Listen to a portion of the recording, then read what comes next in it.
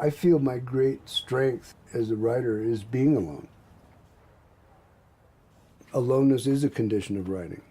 You look at all the writers that have come up with something with its own salt, and they're utterly alone, all of them.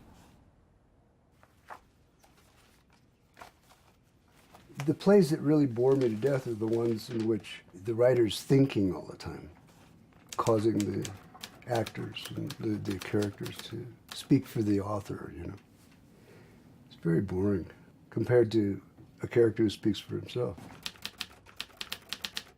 There's a certain framework of time that takes shape around a play.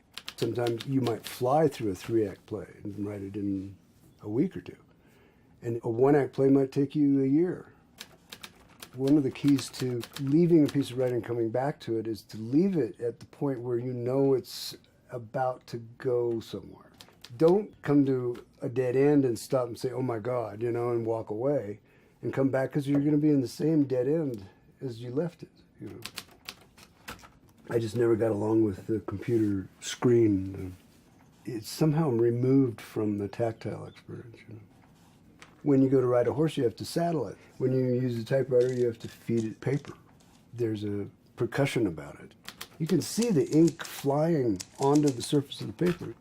So a letter will go bam like that, but along with it is the ink kind of flying into the paper. I'd rather ride a horse than drive a car, but that puts you in a very different relationship to the modern world.